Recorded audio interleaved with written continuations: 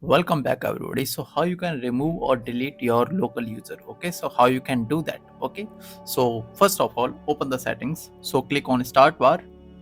Okay, and search here setting, and also you can click the settings. Okay, so you can see here we have a account option in left hand side. So click on account option and slide down a little bit, and you can see the other users here. Okay, so click on other users. When you click on other users, you can see the other user here. Okay, I have other user, test user. Okay, so how I can remove this local user, and this user has a administrator permission, so how can I remove it? Okay, so click on remove here. Okay, this person need to sign out before you log in. Okay, already.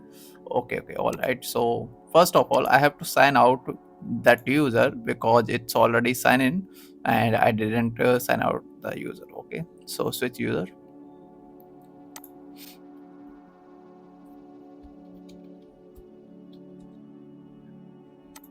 Let me sign out from here. Sign out.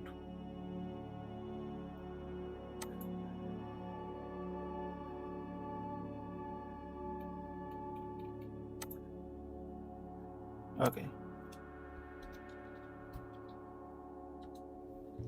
okay, so now we are ready to go. Okay, click on remove, delete account. Okay, so this is the safest mode to delete.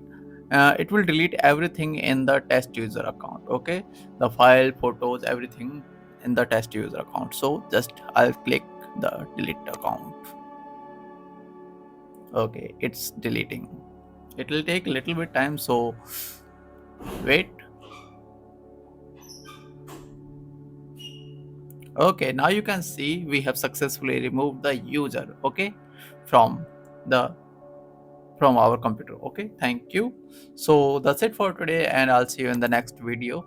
And if you like this video, please subscribe this channel and press the bell icon. Thank you.